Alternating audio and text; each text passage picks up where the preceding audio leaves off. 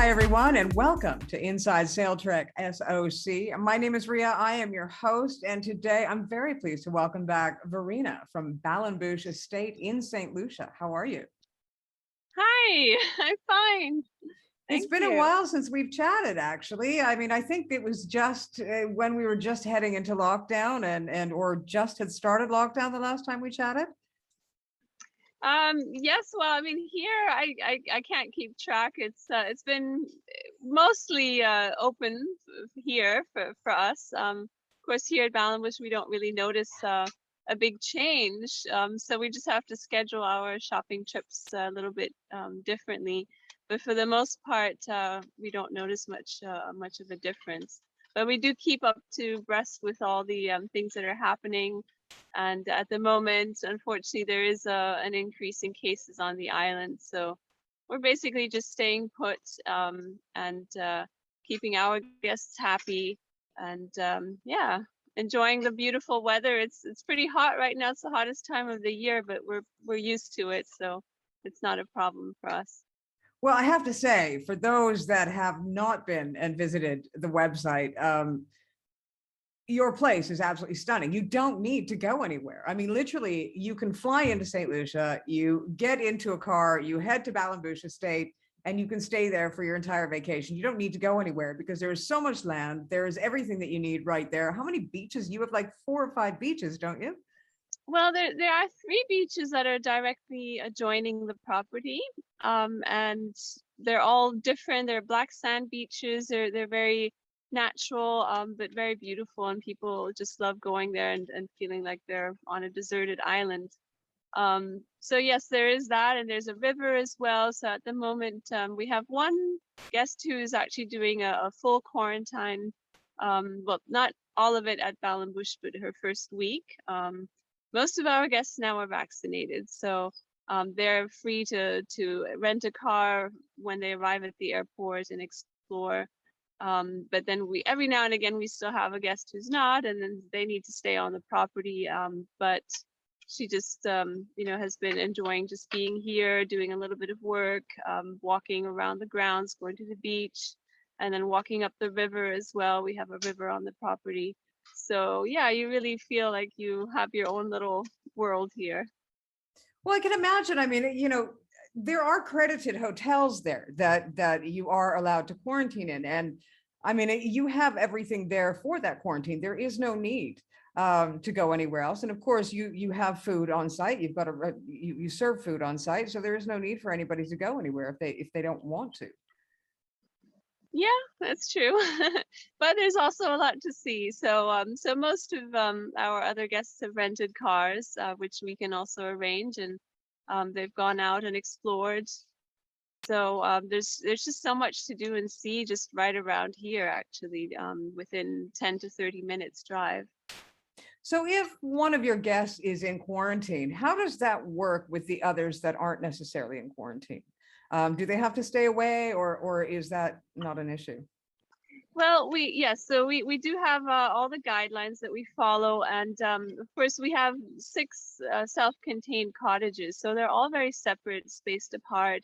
They all have kitchens and Wi-Fi, and so people just stay in their own cottage, and if they want to talk and interact, they're supposed to wear a mask and distance, and we do enforce that. But for the most part, people are just enjoying their time here. We have mostly couples. It's had quite interesting. We've had quite a few couples who have been coming from the US, one from the US and one from England, and meeting here halfway because they can't travel directly to see each other without quarantining. So that's been quite nice. So there's been a lot of reunions of romantic relationships. The place to start yeah, I guess that'd be actually quite amazing. Now, how has the pandemic affected outside of the estate in St. Lucia? Have you noticed that there has been a bit of suffering? Has there been less tourism?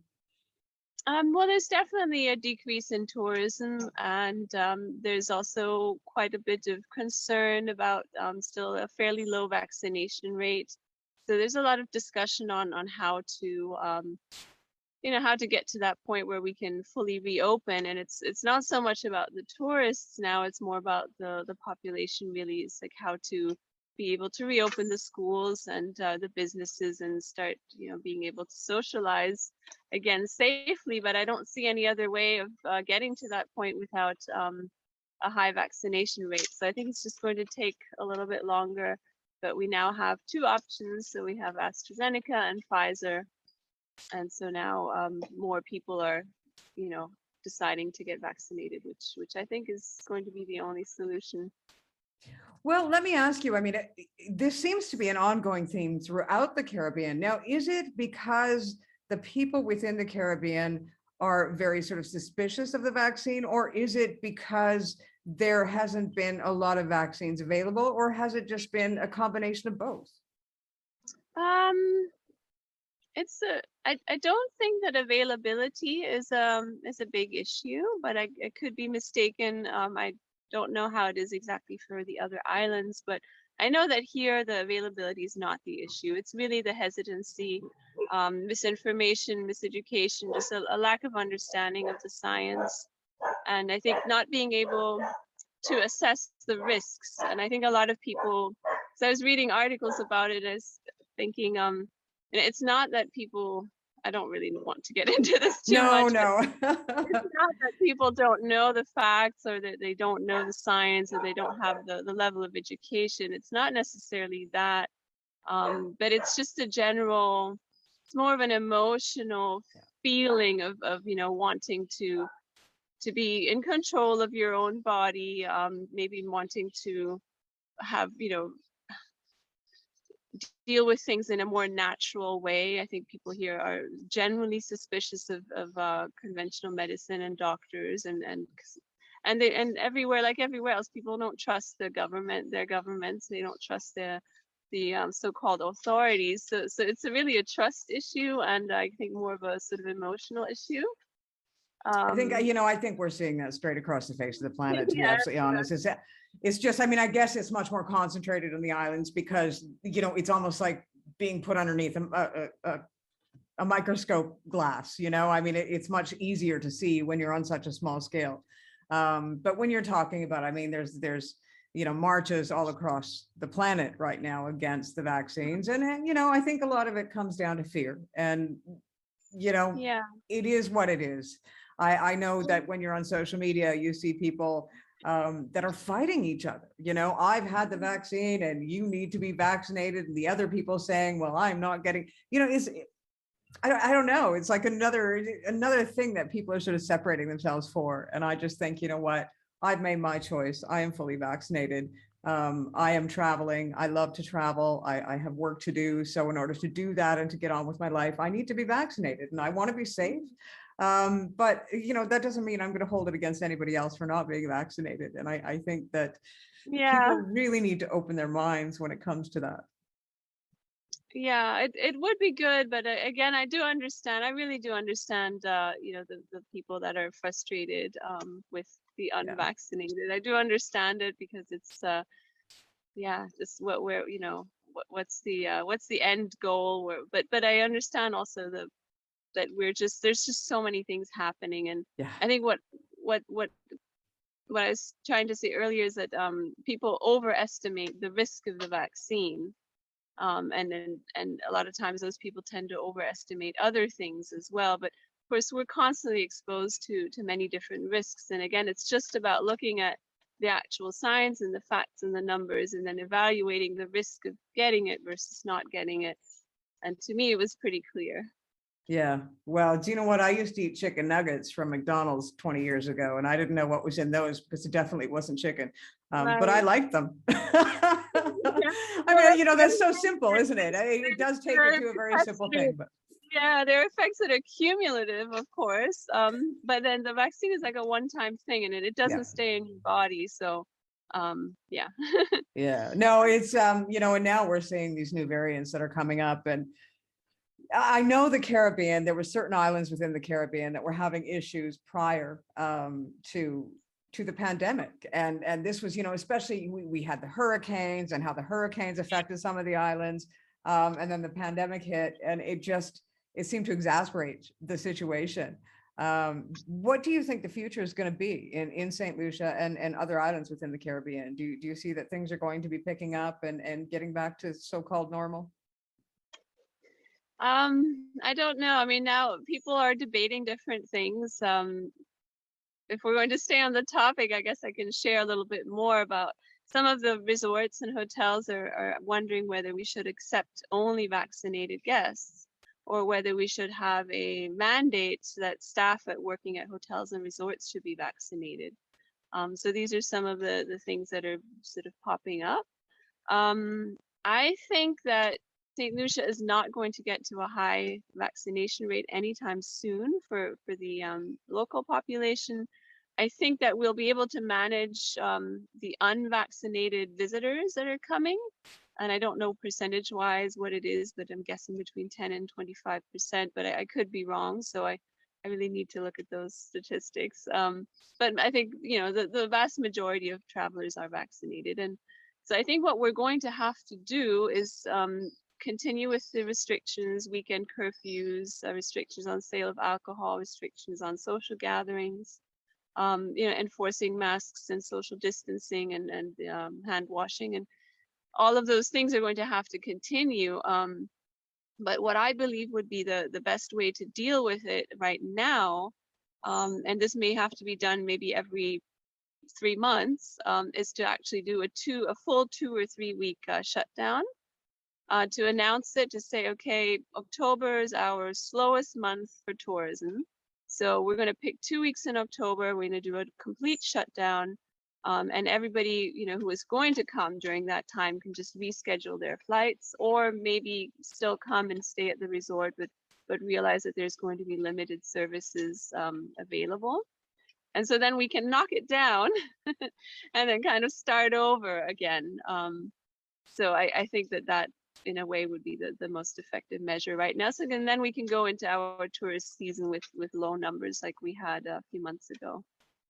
Well, I mean, when you look at it straight across the board, a lot of countries, a lot of airlines are starting to say you can't even fly. You can't travel without being fully vaccinated, and you have to have proof of vaccination. So, as far as your tourists coming in, I think you're probably going to get to a stage where they can't even get on an airline without being fully vaccinated. So that might not be an issue in the near future. You were stating that what are the restrictions there right now? You can't have alcohol? Well, this is for just at the moment, you can buy alcohol in the supermarket, but restaurants and bars are not allowed to serve it. Oh, okay. So you know what? South Africa, and I had a conversation with somebody just the other day. South Africa, there was absolutely no alcohol being sold during lockdown. We had that as well for a few days. Not that I'm a big drinker, but wow. I mean, Yes. 3 months of like, or I'm not even sure how long South Africa went in complete lockdown, but I mean, a glass of wine every once in a while wouldn't go amiss. Right. Well, that's a long time. I think our alcohol ban lasted only for a week or so. It wasn't 2 or 3 weeks max. Yeah. Yeah, well, you know what? I mean, there's some things we don't want to head back to the days of prohibition. I think that there are some things that. No, I don't know. Yeah, that makes much of a difference, but yeah. Well, I do know that there are other countries that are curbing, and I do understand the need that once people have alcohol, their inhibitions are lowered, so there is more hugging and there's more kissing and there's more interaction, and I can understand that. So Yes. if you are in your home and enjoying a bottle of wine with your family, you are in your home and it's your family, you're around them all the time anyway. But I know that in different areas, restaurants and bars, they were shutting down earlier, 11 o'clock or 10 o'clock, in order to make sure that, the socializing, I was going to say antisocial, but it's not antisocial, it's social behavior was curbed so that there wasn't a spread. And especially now that we're seeing, this Delta variant that is out, New Zealand, for example. I mean, they had one case, and the next thing I think within a couple of weeks, they had over 800. As a result of one person bringing it in. And that's how quickly it spreads and so easily it spreads. Yes. So, And I think again, the more the virus is allowed to circulate, the more it's going to mutate. And Yeah. so natural immunity is just not, it's not really the solution. It's going to get worse. So we'll see. Yeah, I think well, most you know what I people- mean? I think it's here to stay. It is here to it is stay, and we're just here going to to have to stay, learn to deal with but we it. just have to knock it down a few notches. Yeah. Yeah, and if we want to do the things that we want to do, like travel, well, you know what? It's going to be vaccination or no traveling. That's it. Maybe. I mean, I hope not. I hope it's not. I don't want it to be so drastic. Because again, I do believe that there's a certain amount of choice and freedom people need to have. But yeah, but I just hope that more and more research is done, and it just people become more assured that this is the right choice. And Well, of course, I think part of this whole pandemic we is don't know anything for sure. Nothing is 100%. Everything's no. still evolving. Well, we've seen definitely an increase in yachting and boating. And I think that is because you can go with your family. It is very isolated. You are out on the water. So you may see that the tourism that starts increasing, especially within the Caribbean, is the marine tourism. Because yeah, as I said earlier, when you're getting on a flight nowadays, they are asking for vaccinations, et cetera. So those people that don't necessarily want to be vaccinated or don't want to get on an airplane with 150 or 200 other people, boating is the way to go. Yeah. And there's lots of options. There's a lot of options out there, especially in the Caribbean. And I think we're just heading into the season for the Caribbean now, aren't we? Yeah, soon. I mean, we're getting ready. It's always a beautiful way to travel. I wish I could do it more. It's amazing. There's something that did happen that is very exciting that I wanted to share with you, is that St. Lucia now has a 1-year-long visa, a multi-entry visa, and you can apply for it before you travel. I think it only costs $75, and then you pay it at the airport, and you can come and go and you can stay for up to a year, and you can come and go.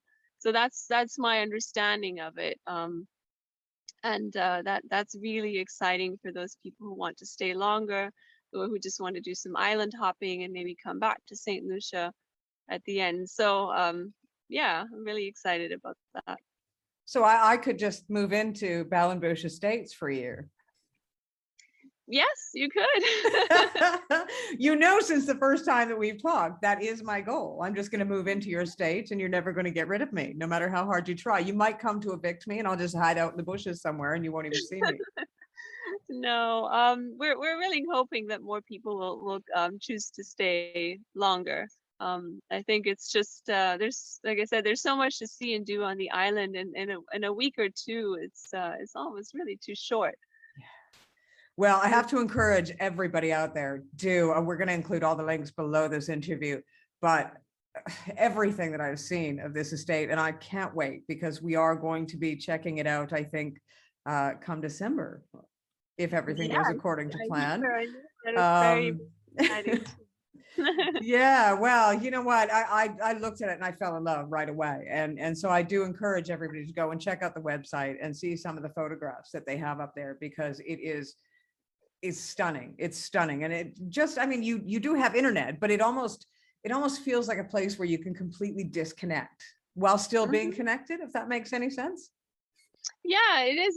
You really have the best of both worlds, because you're really immersed in nature here, and at the same time you can work remotely. You can do all the things. You can stay connected, but you can just set it aside and feel like you're stepping into a whole different dimension, and just be surrounded by the sound of the birds and the bamboo, and the ocean. And we have 6 happy dogs that keep us company, and a couple of cats and horses, and all kinds of critters, lots of insects as well.